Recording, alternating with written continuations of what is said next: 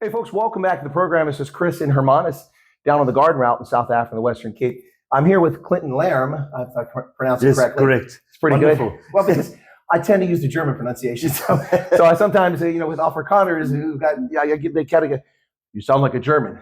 Not really.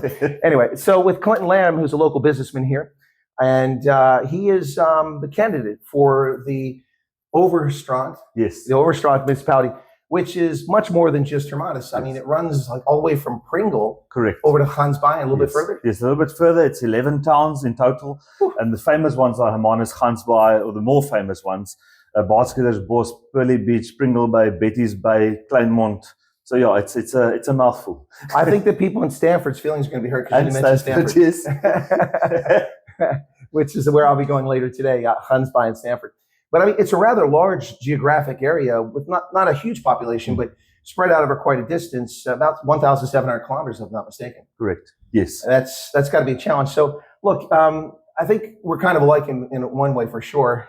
Neither one of us need politics. Correct. But both of us have stood for office because we thought we could make a difference. At least I assume that's why you're doing it. Yeah. No, that is why I'm doing it. I've been in this area for the last 25 years, met my wife here, got kids here. She's from around here, isn't she? Yeah, my wife is from here. Got an 11-year-old and an 8-year-old. And I've always been, I've got multiple business across South Africa. I've got almost 400 staff working for me. I definitely do not need it, but I do feel that politics needs a bit of a kick. Politics needs business acumen, people that actually know how to get things done. I'm not saying I can get everything done and I know everything, but I do feel there's a lack in depth within any political party with regards to that aspect of things, of knowing, listen, this is the end result and this is how it works. And that's one of the reasons why I raised my hand, is because we're growing up and my kids are growing up. We can go anywhere in the world. We're very fortunate, but we love the area and my kids are going to stay here, school here, and let's make a difference. Well, we could say the same thing when it comes to politics about, political figures not necessarily getting things, whether it's South Africa, the United States, or the United Kingdom, where a lot of people go into politics and that's who they are and that's what their entire lives. I mean, Strom Thurmond was a 2-star general in World War II and then was in government until he passed away at nearly 100 years of age. He was a senator and a congressman for years, and people just get entrenched in that. Some people. What you're talking about is a business person who gets a bottom line and understands how you have to make a business profitable. Correct. So that you can exist, you can continue. Whereas municipalities and provinces and states can just take money from the taxpayer. But as a business, you can't do that. You've got to understand the bottom line and what works. And if you've got failure, you've got to cut the failure out and find success. So that's one of the ethoses I want to bring into our municipality. Look, there is constrictions and confines within law that I will have to work. But I mean, there's simple things that can change. More business way of running it. And if it doesn't work, cut it. Cut your losses. And also be frank and be open. As I am with my own staff, with my own family, we're quite a conservative family. We've got conservative Christian values. I intend to bring that into my government and affect change as from the little to the most I can. That's essentially what I'm going to try and achieve. Well, you say your government, the election's not till November 4th. Correct. And unfortunately for me, 2 years ago, I was here for the national elections. My flight was delayed and I barely made it. And I got here the night before. I was supposed to be a day prior, have time to decompress and travel around the Western Cape. But I made it the night before the election. And then election day, when I just flown in, I went out and went to 14 polling stations in the Cape Town area, starting in Somerset West. And then I went to Khayelitsha, 5 polling stations from there, Monenberg, and then Parklands and Rondebosch and Bloemberg and all these places. It was fascinating. And so I could watch people as they voted and, ask questions and just see how things were going, because people always have questions about, the reliability of elections. So I did that. Unfortunately, I won't be able to come to your elections this year, which was my plan, because the government set the election date one day before my elections in America. Yes. And I'm a judge of elections and I must be present to oversee the election polling station. So unfortunately, I can't be there. But you mentioned your government, okay, not to put the horse before the cart, but here in the Overstrand, the vast majority of councillors are from the Democratic Alliance and with that party. Yeah, we've retained a 66%, one of the highest within the Western Cape in South Africa. So the chances are for us to grow the party even further is looking very good. I'm trying actively to even engage communities that feel that they've been left behind on my Facebook page. And so I keep continuously saying, invite me for meetings. Let's have those hard discussions.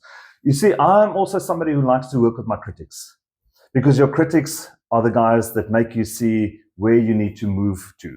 Well, and they may identify a blind spot you don't realize. Exactly. I hate echo chambers. That's not something I have in my business.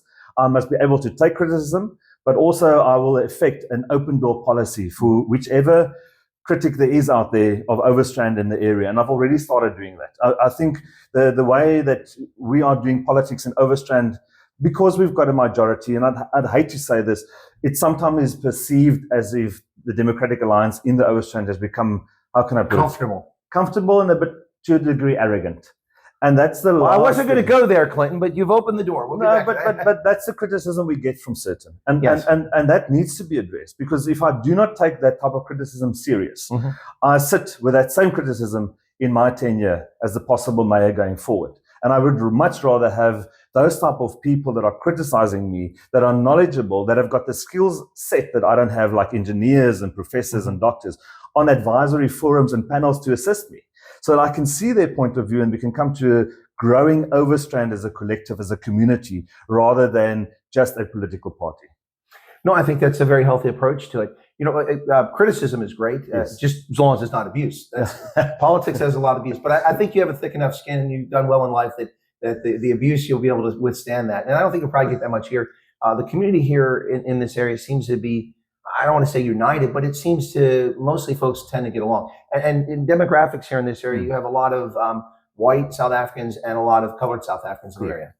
So our demographics is quite well split, and that's why I need to be the mayor for everybody. I can't be the mayor for a specific group or for business. That will never work. I will not last very long. I mean, I'll have riots, I'll have issues, I'll have problems within our time. We don't need that. So, no, and we've got a certain political party that likes to have those type of, how can I put it, advertisement. In order to affect change, they want to march, they want to be in the newspaper, and that's how they feel. While in the meantime, they've got councillors sitting within our council that hardly says a word. So how much wings should we possibly give them if their councillors aren't driving the agendas that this political party needs to do through the correct channels? Well, you know, I've had the good fortune of interviewing some very fascinating mayors in South Africa that are with the Democratic Alliance. Silas Brink in Tshwane, I've interviewed him in the past. In fact, I just interviewed him recently again. Also, but he's not the mayor right now because of the coalition falling apart. Correct. But perhaps he will be again come the next year. And then also, of course, Chris Pappas, who's very fascinating over in Howick in KZN. And you're not the mayor yet, but it seems most likely that that's going to be the case. Chris Pappas is a little bit younger than all of us in the room. Correct. But Silas Brink's a little bit older. I think he's a little bit younger than you, but I would say you seem like a relatively young mayor for a political party in South Africa. Do you feel like you bring some kind of youthful enthusiasm to it?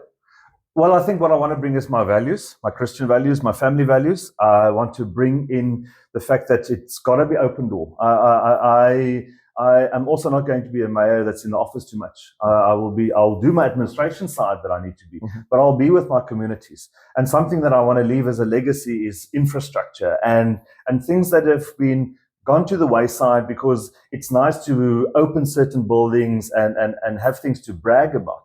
But if your infrastructure and your underbuilt of your area, your Overstrand, isn't correct, there's no legacy. And that's the dilemma we sit with. We need to invest rather where it looks good or feels good into the right areas into our area. And that's one of the legacies I'd like to leave. Well, you talked about one of the things that I think is critically important in South Africa, especially. And before I get to it, let me just segue into it with this. You know, in 2021, I encouraged my viewers from all over South Africa to please go out and vote. You know, municipal elections, look, we're no better in America. We had 19% in our recent municipal election, our local elections. But in South Africa, it was like 31% of people rocked up. And I told people, I said, if you want change, and if you want to convince people that someone else can lead governments, the way to do it's locally.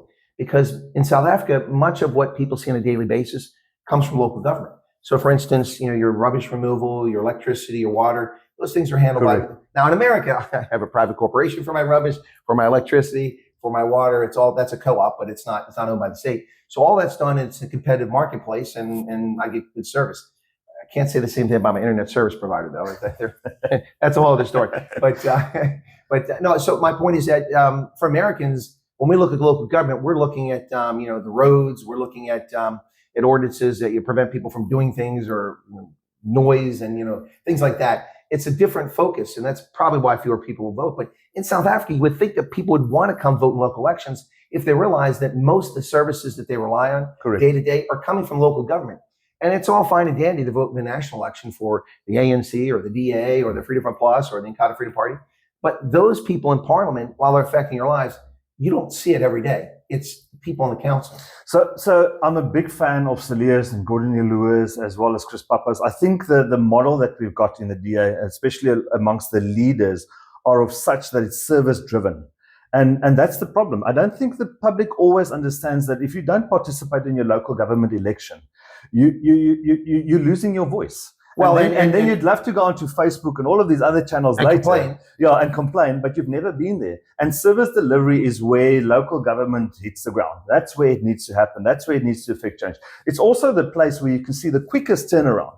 Look, exactly. If Cilliers manages, and if the DA manages to obtain it, I can tell you will see a turnaround like you have not seen before, because service delivery is driven by the local councils. And if you give them the power, that the community vests in them will affect the change. Well, Clinton, I can attest this personally from my own experience. When Chris Pappas was elected mayor, yes. I interviewed him before that. I've been to Howick because my friend there, the founder of the Drakensberg Boys Choir, used to live here. He just passed away at the age of 89 recently, John Tungay. But I used to go to Howick to visit John all the time and stay at his place with him and his spouse. And I visited there and I interviewed Chris Pappas back in 2022 after he got elected and in person. And then I've interviewed him every year since then. And I've gone back to Howick every year, 22, 23, 24, 25, multiple trips. And I can see, I don't live there, but I can see the difference in service delivery. The roads are repaired. Even in the informal settlement parts of town, things are fixed. The power lines are repaired. People are out working. There's a change. There's no piles of rubbish anywhere. It doesn't look like Durban. Durban. It doesn't look, it's actually, you can see the change where the rubber hits the road at the local level. So the dilemma we sit with is, if you've mentioned Durban and KwaZulu-Natal. Look at the storms they've had 2-3 years ago. When all the containers were floating down the highways. Some of that infrastructure is still gone and not repaired. I know, I've seen it. We've had massive storms within Overstrand over the last 2-3 years. But you wouldn't know it. Everything's to be fixed. We've had roads washed away. Down. Well, I saw the road coming along the coast going down to Pringle Bay. And it's being repaired, and it is done. And I'll give you a good example. We had almost a kilometer of our pipeline that services our fresh water to our residents washed away. Within 6 days, there was water in the reservoirs again. That will not happen in any other local government if the local government isn't of such that they are service-driven and focused. I mean, we could have easily said to the residents, we're working on it. We'll bring in water tankers with a service provider and the service provider will come and solve you, as we know which in other areas happen. But it's making your taxpayers' money work. But the dilemma we sit with in Overstrand is 66% growing to 70%. It's a matter of where do I push that extra 3-4% out of a community where we are already trying our utmost best to have the service delivery at the touch of a button done. I mean, we've got a massive a citizen app where if somebody puts a broken street light on, I can guarantee you it is fixed as quickly as humanly possible. Where in other areas that doesn't happen. So it's a different challenge for me as the incumbent mayor after November and building up to try and accumulate more votes versus a failed municipality where fixing potholes are impressive and building from there. Because fixing a pothole under certain government, such as the ANC, is simply non-existent. Or having the President of the Republic rock up at a borehole opening. I mean, how ridiculous is that? If that is your claim to fame, we are literally right now drilling our 4th borehole, and I'm not there for a video. Yeah, I know, it's crazy. It's interesting because you talk about infrastructure. Another issue that confronts South Africans, of course, unfortunately, is crime. Yes. And I believe the crime, it's everywhere, but I think it's probably better here. I'll let you address it in a second. But, it's frustrating because in Port Elizabeth or Gaberra or, Nelson Mandela Bay, I know Ronaldo Cruz, who used to be a DA councillor there now. He was there. And so Ronaldo showed me his ward, which is in a nice, really built up area down along the beach there. And we walked through, and I looked at all these light towers where the lights are, so that people come in at night along the beach and it's safe. And every one of them was new, and they were all cut about half a meter off the ground and laying over. So I said to Ronaldo, I said, cable thieves? He goes, no. The tender mafia. I said, what do you mean? He said, because every pole costs 19,000 Rand. I mean, it was more than that. I forget the amount. But anyway, but he said it cost X, maybe it was 190,000 Rand. I don't know, but it was expensive. But every light pole that gets cut, they have to put a contract out, a tender, to replace them. Yeah. So the people that want the tender are the ones that are coming in the night and cutting the poles and destroying the infrastructure. I don't think you have issues like that here. I would hope not. But I mean, that's a different sort of crime in addition to the danger and threat to people's lives. But how is the crime situation in the Overstrand?